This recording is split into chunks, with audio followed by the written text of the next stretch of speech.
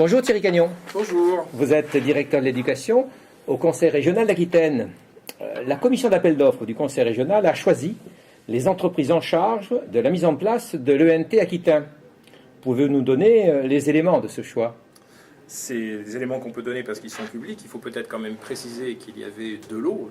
Le lot numéro 1 qui était la mise à disposition du support logiciel pour vraiment construire le NT Aquitain, et un deuxième lot qui était un lot qui permettait d'administrer fonctionnellement les ressources numériques.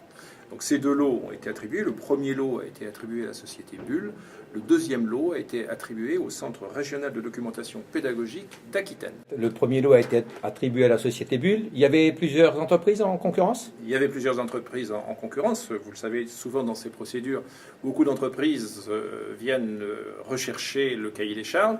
On peut dire qu'à la fin du processus, 4 sociétés ont présenté des offres qui ont bien sûr toutes été étudiées.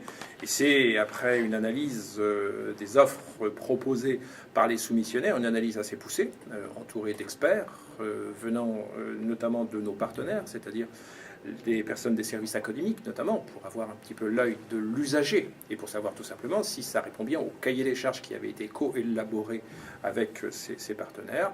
C'est la société Bull qui a été retenue. Il y a donc eu, dans le cadre de la préparation de l'appel d'offres, mais également dans le cadre des décisions de la commission d'appel d'offres, ou plus exactement dans le cadre de la préparation des documents permettant à la commission d'appel d'offres de se déterminer, il y a eu une parfaite relation avec les autorités académiques. Il y a eu une parfaite relation, une contribution sur ce dossier depuis l'élaboration d'ailleurs du cahier des charges et peut-être même en amont. Si on se souvient que lorsque nous avons lancé le marché, nous avions déjà derrière nous une expérience sur le lycée numérique en Aquitaine avec une 50aine d'expérimentations sur le territoire, donc une implication forte des usagers. Alors la question qui se pose aujourd'hui, elle est assez simple. Maintenant, que va-t-il se passer ? Maintenant, tout reste à faire. Et maintenant, il faut le faire. Oui. Voilà, alors, si ce n'est que je suppose que vous avez quand même un plan de travail. Alors, on a un plan de travail, bien sûr. Nous avons, dans le cahier des charges, découpé la prestation en unités d'œuvre. Donc maintenant, nous allons prendre unités d'œuvre les unes après les autres pour affiner un tout petit peu le travail, pour tenir le calendrier. Je rappelle quand même que nous sommes sur un développement de l'ENT qui va jusqu'en 2014 pour équiper et donner des ressources aux 154 lycées en Aquitaine. Nous allons rencontrer très prochainement, je les vois la semaine prochaine, les deux sociétés, Bull pour le premier lot et le CRDP pour le lot 2. Et nous allons maintenant co-construire avec eux, avec les exigences qui sont celles du marché, bien sûr. Ça, c'est une chose, c'est l'application directe du marché.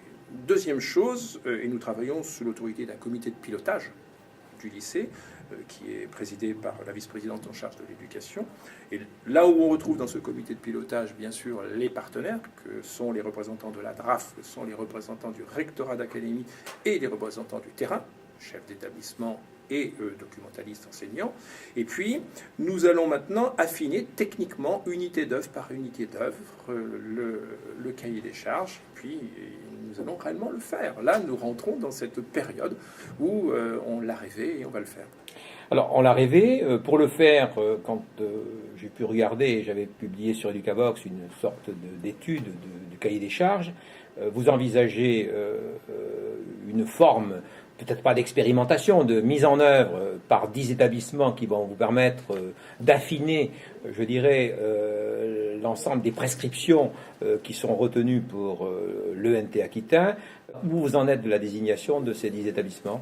Alors, c'est au-delà de l'expérimentation, puisque nous avons déjà des expérimentations et surtout des évaluations de ces expérimentations.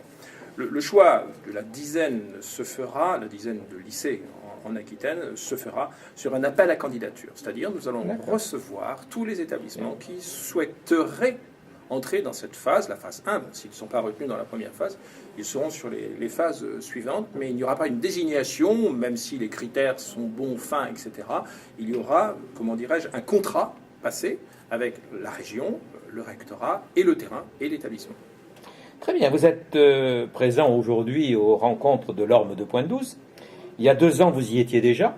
Je crois que vous y étiez aussi l'année dernière, bien sûr. Mais il y a 2 ans, c'était déterminant dans les choix faits par la région. Que s'est-il passé durant ces 2 années ? Ça, c'est la première des questions. La deuxième des questions, c'est la région a fait le choix du CRDP d'Aquitaine pour ce qui est de l'offre d'un catalogue de ressources.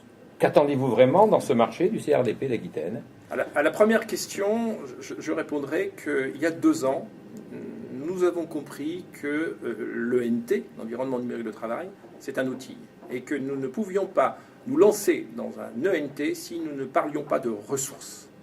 Ça, c'est vraiment, je pense, l'enseignement que j'ai eu ici. Et je reviendrai peut-être plus tard sur cette notion de ressources. Sur le choix qui a été fait par la Commission de retenir le CRDP, pour ce que je peux en savoir, je crois que nous sommes dans la vraie réalité des choses, puisque le CRDP est reconnu pour sa compétence en tant qu'éditeur, et aussi en tant qu'éditeur de ressources numériques. La valeur ajoutée peut-être du travail que l'on pourra mener avec le CRDP, c'est cette compétence, cette labellisation qui va permettre aux enseignants non seulement de trouver les ressources éditoriales qui sont bien connues sur le marché, et elles sont ici exposées, mais aussi des ressources éditoriales réalisées par les enseignants, réalisées en classe, là qui seront indexées, qui seront mis à disposition, bien sûr, pour les enseignants. Je vais prendre un exemple. On sait que l'INA amène des images d'archives. Ce que souhaite l'enseignant, ce n'est pas un accès via l'ENT au service fourni par l'INA. C'est exactement, et de façon très rapide et de façon très ergonomique, un accès à la ressource qui l'intéresse par rapport à son cours. Donc voilà le travail que l'on attend du CRDP, une indexation, une mise à disposition et une valorisation des ressources locales. Si je comprends bien, la direction de l'éducation du Conseil régional d'Aquitaine aujourd'hui est arc-boutée sur l'avenir à construire, un ENT aquitain avec un catalogue de ressources et peut-être même au-delà des ressources pour les enseignants. C'est la commande, c'est l'objectif et je vous donne rendez-vous bien dans 3 ans parce que des choses seront faites. Oui, est-ce qu'on ne pourrait pas avoir des rendez-vous avant ces 3 ans pour suivre un petit peu ce qui se passe en Aquitaine? Si la démarche est une démarche très, très ouverte, très transparente et ce sera avec plaisir qu'on répondra à chaque étape à vos questions. Merci.